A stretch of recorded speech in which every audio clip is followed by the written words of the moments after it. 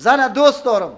رومیا خو خیلی نازک بدن است، واره که ببینم حتما در زنا واقع میشم، در زنا واقع میشم، مرا نبر. الله متعال چی میگه؟ الا خبردار فی الفتنه سقطوا، او بدبخت به خاطر از اینکه در فتنه واقع نشم لیکن فی الحال می نخت واقع شد. خبردار که در فتنه واقع یا افتادن، مخالفت حکم پیغمبر فتنه بزرگ است. حکم پیغمبر، فرمان پیغمبر نمیبری، روان نمیشوی، از اینکه در فتنه بزرگ کدام است. و این جهنم، یقینا جهنم، لمحیطه احاطه کنده است بالکافرین، به کسی که از نظام الله، از حکم الله سرپیچی داره، یا از حکم الله و رسول الله سرپیچی میکنه، این کافر است. آیت برای ما ثابت کرد که آدم کافر است، امی منافق کافر است. چرا که مخالفت امر رسول الله را میکنه و بعد از او بهانه را میتور چیزی را میگیره که من در گناه واقع نشوم. دوم موضوع، آدم به خاطر احتمال واقع شدن در گناه چی؟ احتمالی نخت گناه را نکو. یک کسی را که میگی ریش بمان، میگه باز من کارهای خراب میکنم، خب نیسته. کارهای خراب کردن امر احتمالی است، لیکن نخت تو که ریش تراش میکنی، این مخالفت سنت رسول الله است. دوستای که ریش تراش کرده خفه نشوه، از این میانی بعد شروع کنی سر جان خود. تغییر و انقلاب باید در وجودتان پیدا شد. این را به طور نمونه و مثال میگم. چرا در حج نمیری؟ نه باز که پس بیم از حج از پیش ما هر رقم کار میشه. تو از امالی قصدی کارهای غلط کرده ای جناب محترم، امیالی در فتنه واقع شدی. آینده واقع شدن در کاری غلط احتمالی بود، اما آلی تو نخت در کاری غلط واقع شدی. نرفتن در حج خودش نخت گناست. دو سوم، این دیگه تازیانه محکم است، قمچینی خیلی قوی است، در فرق سر علما میخوره. در فرق سر کی؟ در فرق سر کی؟ ایره خب دقیق شوی آیت برش پیش کنی. مولوی صاحب چرا نمیگی حقه؟ چرا نمیگی حقه؟ والا باز چی میشه؟ بگوی تفرقه پیدا میشه. اگر این سنت بگویم بدعت رد کنیم تفرقه پیدا میشه. چی میشه؟ بان تفرقه پیدا شدن، بیبندوباری پیدا شدن امر احتمالی است، اما اولی از حکم رسول الله سرپیچی و مخالفت کردن از این که در فتنه بزرگ دیگه است. بدعت کرده رایستی، بدعت کرده رایستی نخت، به این خاطر که ما در آینده مردم در فتنه واقع نشوه. عجیب نیست؟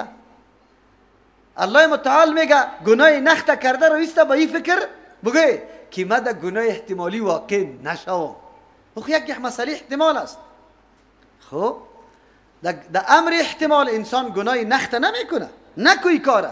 جد ابن قیس بجای از اینکه در اونجا فرفته میشد یا نه، زنا میشد یا نه، لیکن نرفتن در جهاد، این گناه نخت است. انسان باید این کاره نکنه. امر احتمالی امر احتمالی است، واقع میشه نه. من میگم تو که ریشه پیدا کردی انشالله از گناه دستت میورداری، خجالت میکشی، در مجلس شراب نمیشینی. انشاءالله آدم ریشدار که واقعا ریشه به عقیده مانده باشه نخواد در مجلس رقاصا ببینیشه. چرا که ریشش در پیش رویش چی میشه؟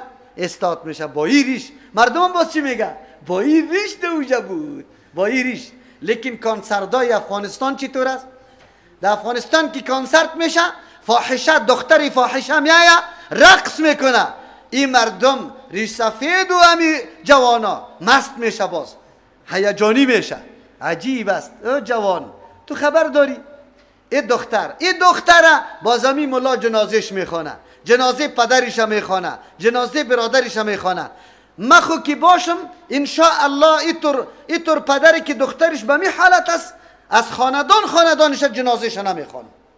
بعد برش بگویم که همون مردم که در وقتی رقص دخترت خیلی هیجانی شده بود اموا جنازهش بخونه، اون همون مردم بیاید جنازهش بخونه.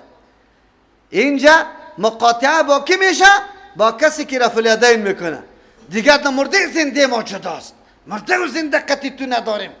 تو آبی شده ای، تو ریش سفید، تو آجی، تو وکیل و تو ملک. در روز قیامت الله از پیشت پرسان میکنه. از او بدبختی شرابخور، از او زن و خاندان فاحش رقاص، از او مقاطعه اعلان نمیکنی. یک روزه معلوم شد که تو دشمن سنت رسول الله صلی الله علیه وسلم هستی، مقاطعه اعلان میکنی، رفتنیستی پیش الله متعال. الله متعال از پیشت سوال میکنه. و این جهنم لمحیطة بالکافرین، جهنم احاطه کننده است. در دنیا یک 4 روز خو میگردی لیکن اونجا میروی. ان تصبک حسنة تسوهم، دیگه از اوصاف غلط و ذمیم منافقین چیست؟ اگر برسه بری توی پیغمبر علیه السلام حسنتون، نیکی، نصرت، غنیمت، خواهی منافقین الله بیان میکنه که چقدر بدخواهان هستند، نمیخواه عزت و حیثیت مسلمان ها را. ان تصبک حسنتون، اگر میرسه بری تو نصرت و غنیمت، حسنه آن چیزی که حال انسان خوب میسازه، خوشگوار میسازه، و عبارت از نصرت و غنیمت بود. تسوهم، یاره خفه میسازه. مومن با کامیابی مسلمان بسیار خوش میشه و منافق با کامیابی مسلمان سخت چی میشه؟ خفه میشه. و این تصبک مصیبتون، اگر برسه بری تو مصیبت، شکست مواجه شوه یا کسی شهید شوه، یقولو میگوین قد اخذنا امرنا من قبل. این مردم نمیفهمه. دمو وقتم یک تعداد مردم میگفتن زمانی که مجاهدین زیاد مردم شهید میشد، ما گفتیم هم یاره یا غول وارث غول، نمیفهمه. با تانگ و توپ هم مقابله میشه. باز چی میگه؟ ما خو میفهمیدیم که مقابله نمیشه، تدابیر خود گرفتیم. خود سیاستمدار معرفی میکنه، خود زرنگ معرفی میکنه، خبر نداره به هزاران نفر کشته شود در راه کی؟ الله متعال. این برتری داره. خو این نکته را هر کس درک کرده نمیتونه. این نکته را مومن درک میکنه. منافق کی ذهن قاصرش میرسه به اینمی سعادت و نیکبختی؟ از همون خاطر یک تعداد چی گفتن؟ والا امی روسا که آمد ما باز فهمیدیم که جنگا میشه. در کجا رفتیم؟ در ایتالیا، در نروژ، در کانادا قرار اونجا افتادن. یا خدا چی میگن؟ بگه زرنگ، همیالی خود زرنگ معرفی میکنه نه؟ مجاهدین که در مقابل روسا جهاد کرده یارا دیوانه، یارا اشرار، یارا تفنگ سالار معرفی میکنه یا نمیکنه؟ همینطور میکنه. الله متعال میگه یقولو میگوید قد اخذنا امرنا، ما گرفته بودیم امرنا تدابیر خدا، من قبل و پیش از پیش. یعنی ما چی کرده بودیم؟ پای برده بودیم که کار سود نداره، فایده نداره.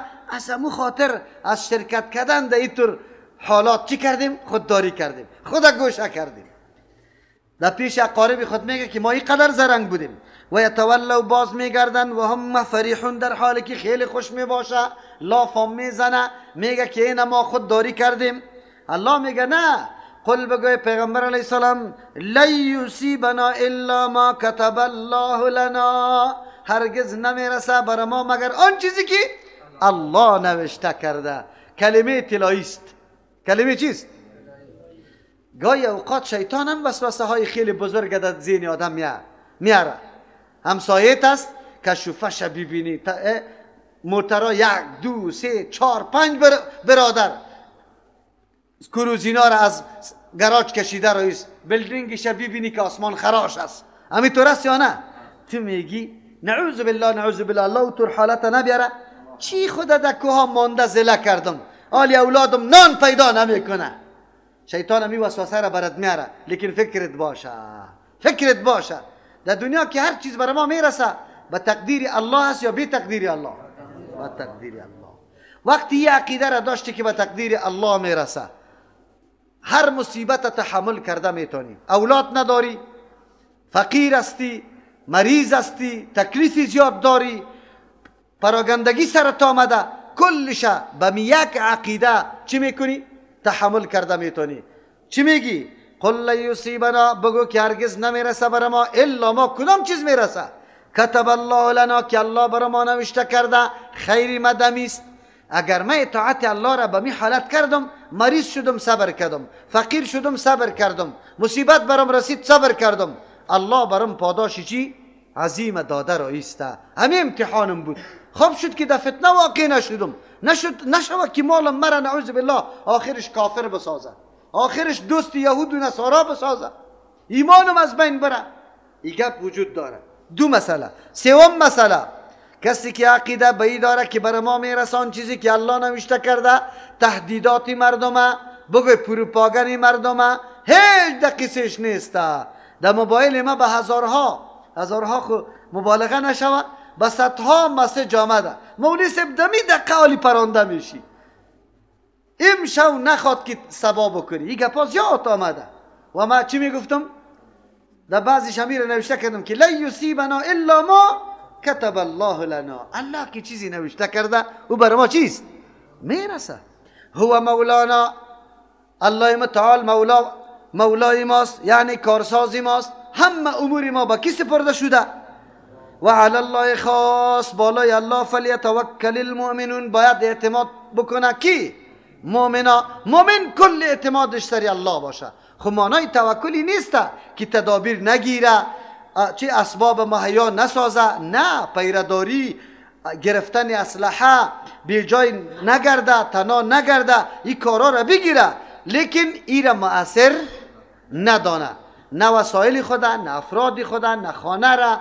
نه بادیگاردار داره مؤثر کیست الله متعال است اعتماد سری الله متعال بکنه قل بگوی پیغمبر علیه السلام هل تربصون بنا منافقین شما میگی که شهید شده در بدر شدن آواره شدن ما از دو امر بزرگ خالی نیستیم در قاموس اسلام شکست وجود نداره حتما پیروزی است هیچ شکست وجود نداره چرا یا کامیابی است یا شهادت غنیمت حاصل میکنی غلبه مسلمان ها میشه ایام کامیابی اگر شهید میشی در راه الله متعال ایام مرگ شهادت الله به هر دوس و دله نمیده مرگ شهادت الله به آدمی با غیرت میده که ایمت داره عقیده داره الله متعال مرگ شهادت نصیب انسان کنه قل بگوی پیغمبر علیه السلام هل تربصون بنا هل به معنای ماست شما انتظار نداره به ما الا احدى الحسنین مگر یکی از دو پیروزی یکی از دو خوبی یا پیروز شدن است یا شهادت یکیش به ما حتما رسیدنی است از او خاطر مسلمان یک حرکتشان به ثمر و به نتیجه نیست و نحن نتربص بكم ما انتظار بالای شما داریم ایصیبکم که برسانه برتان الله بعذاب من عندی به عذابی که از جانب خودش باشه اگر به مرگ خود وفات کرده امو تو رفته الله باز قطعتان میفهمه که چی محاسبه قطعتان بکنه که قدر امکانات براتان داده بود شما را بندگان مقرر کرده بود نعمتای الله را خورده لیکن چی کرده به جز از دشمنی اسلام او بیایدینا یا میرسان الله عذابه به دستی ما که ما سرطان غالب شویم همونطور شد بنو قریظه از تیغ مسلمان ها برآمد بنو نذیر جلاوطن شد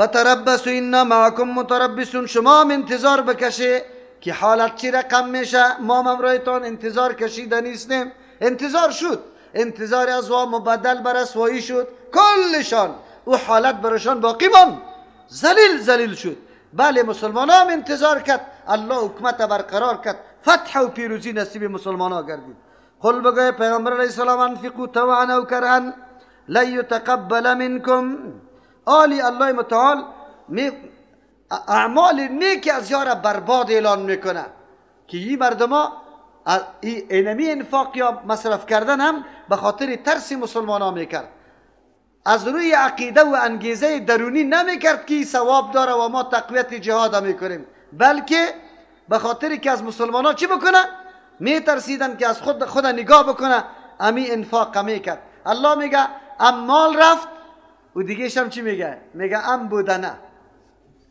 هر دویش رفت اموتر حالت شد منافقین و او کسایی که نعوذ بالله باور و عقیده نداره امی حالت سرش آمده نیسته بله در زیر فشار مسلمان ها در جهاد هم شریک شدن مال خودم مصرف کردن اما هیچ ثواب بیده بردن چرا که ثواب برای عمل نیک شرط داره شرطش چیست که خالص برای الله باشه مؤمن باشه و این مردم خود ایمان نداشتن از او خاطر اعمالشان برباد است از امو خاطر مسلمان ها باید از شرک خودداری بکنه چرا که اعمال نیکش نمی رقم برباد میره قل بگوی پیامبر علیه السلام انفقوا طوعا او کرها خرج کنه مصرف کنه هر کدامش که باشه مورد قبول الله نیست طوعا به خوشی خود مصرف میکنه او کرها یا به ناخوشی خود لا یتقبل منکم هرگز قبول کرده نمیشه از شما هیچ پاداش الله براتون نمیده چرا انکم کنتم شما هستی قوما فاسقین قومی که برآمده از حدود الله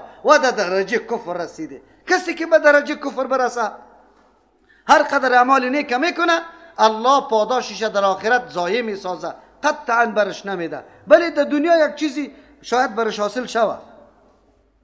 و ما منعهم، الله منع نکردن تقبل منهم که قبول کرده شود از یا نفقاتهم، خرچها و مصرفهای از یاره، الا انهم کفروا بالله، مگر این مردم انکار به الله کردن، نظام الله را باور و تصدیق نکردن در دل، و به رسولی به پیغمبرش باور نکردن، ایمان ناوردن، ولا یاتون الصلاة، نمیه به نماز، علامه و نشانهشان همیست، الا و هم کسالا، مگر در حالی که به ناراستی و سستی میآید، ولا ينفقون الا و هم کارهون، مصرف هم نمیکنن مگر در حالی که قلبشان بد میدانه امی مصرف کردن، خرج کردن، نفرت داره از این گپا. سه صفات قبیح از این منافقین الله بیان کرد. عدم ایمان، که ایمان نداره، یک، عبادات بدنی را هم انجام نمیده و مالی را هم انجام نمیده، به صورت عبادت انجام نمیده.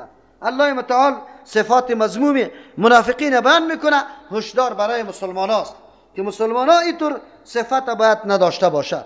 اگر هر عمل عبادت انجام میده از روی انگیزه عقیده باشه، عقیده و باور به الله و به روز آخرت داشته باشه، عقیده به پیغمبر خود داشته باشه، نماز میخوانیم، روزه میگیریم، هر نوع عبادت قولی باشه یا بدنی باشه یا چیسته قلبی باشه، هر کدامشه به خاطر رضای الله. نشانش چیسته که در آمدن عبادات الله انسان نشاط و نشید باشه، تازه فعال، به خوشی نماز میخونی، بسیار همینطور تزک و تازه استاد شد. انشاءالله همین نمازایی که ما در مساجد خود میخوانیم، دوستای ما الحمدلله به نشاط و تازگی میخوانه، هیچ نوع احساس کسالت نمیکنه. احساس کسالت کی نمیشه؟ کسی که از اول متوجه است که قاری صاحب تکبیر اولا بگویه، متصل تکبیر ازی در صف مکمل آرام استاده قرآن میشنوه. اما در بعضی مساجد بگوی امام که وقتی در رکوع نزدیک شوه باز گری تل مردم یا زود زود نیت بسته بکنه. این نشان کیست؟ چرا از روی انگیزه نماز نمیخونه؟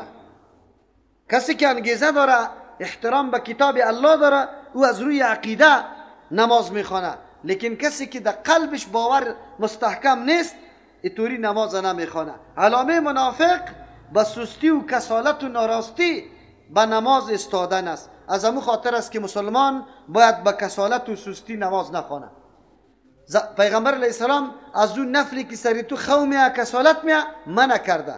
باید در وقت نشاط و تازگی عبادت الله متعال بکنی. از همون خاطر است که چون تراویح یا قیام اللیل یک کمی دور و دراز می باشه، رکوع ازی، سجده ازی، قرائت ازی، قایده ازی، دعاهای زیاد پیغمبر می گفت. آلی برعکس پیغمبر مردم عمل میکنه. پیغمبر این نمازهای قیام اللیل و رمضان طولانی میکرد به خاطر که در اینجا دعاهای خیلی زیاده میگفت، تلاوت خیلی زیاده میکرد. مردم آلی آمده برعکس ازو کرده، نه رکوع صحیح، نه قومه، نه جلسه، هیچ کدامش درست نمیکنه. از همون خاطر که کسالت نبیاید، ترویحه سنت است. بعد از 4 رکعت نشستن، این ترویحه است به خاطر که راحت حاصل شود. کسی ضرورت وضو داره بره وضو کنه، کسی کمی مانده شده پایه خود دراز کنه، قرار بیفته، یک کمی خود چی بکنه، تازه کنه. به این خاطر است مردم امیر امرش برعکس کرده. چی را لازم کرده؟ فتاوی شامی گرفته، سبحان ذی الملک و الملکوت، سبحان ذی العزت و العظمت. کلمات خوب کلمات است، اما این عبادت کی تعیین کرده؟ امی ذکر در جای خاص، امی ذکر خاصه در جای خاص گفتن. اولی ذکر خاصه کی کشیده، دوم باز در جای خاص گفتن. این کاری الله و رسول الله است یا کاری فتاوی شامی است؟ کاری الله و رسول الله است. فتاوی شامی 1000 دفعه میگیره. فتاوی شامی شارع نیست که برای ما معین بکنه که اینی کار بکن و اینی کار نکن. قطعا شده نمیتونه. رسول الله ترویحه کرده، راحت حاصل کرده. تو میگیری سبحان ذی الملک میخوانی. سبحان ذی الملک یک آدم که ذکر بکنه برای خود ثواب تنها خودش میبره، در شنیدن نفر دیگه هیچ ثواب نیست. فقط در قرآن شنیدن ثواب است. در چی؟ که شنوندم ثواب میبره. از همون خاطری مردم ها در موقع ترویحه اورم چقدر وقت 2 دقیقه 2 اضافه نه. حالا که ترویحه یک 5-6 دقیقه که یک آدم بره وضو کنه خودت تازه کنه به این خاطر است. شما باور به الله بکنه ام یک نکته را براتون میگم، ما اگر دقیق شویم به عبادات و نمازهای از یا اگر از اول تا آخره مخالف سنت رسول الله ثابت نکردیم ما را آویزان کنیم از اول تا آخره. شرط میمانیم که تو موافق طریقه رسول الله عبادت میکنی یا مخالفش میکنی. اگر ثابت نکردی مخالفتش هرچی که میگی در کل گپا. پیغمبر رکوع را دراز میکرد تو مردم در 3 دفعه سبحان ربی العظیم هم نمیمانی. پیغمبر دعاهای قومه را میخواند تو حتی قومه را خودش انجام نمیدی. پیغمبر قرائت طولانی میکرد لیکن تو را چی میکنی؟ کوتاه. با علم تر کیف اکتفا کرده. پیغمبر قرآن به ترتیل میخواند تو مثل چی واره؟ تریشل واره. پیغمبر چطور دعاها میکرد ترویحه میکرد تو کدام چی کار کرده رایستی؟ عالی. خیلی چرا؟ نزاع است.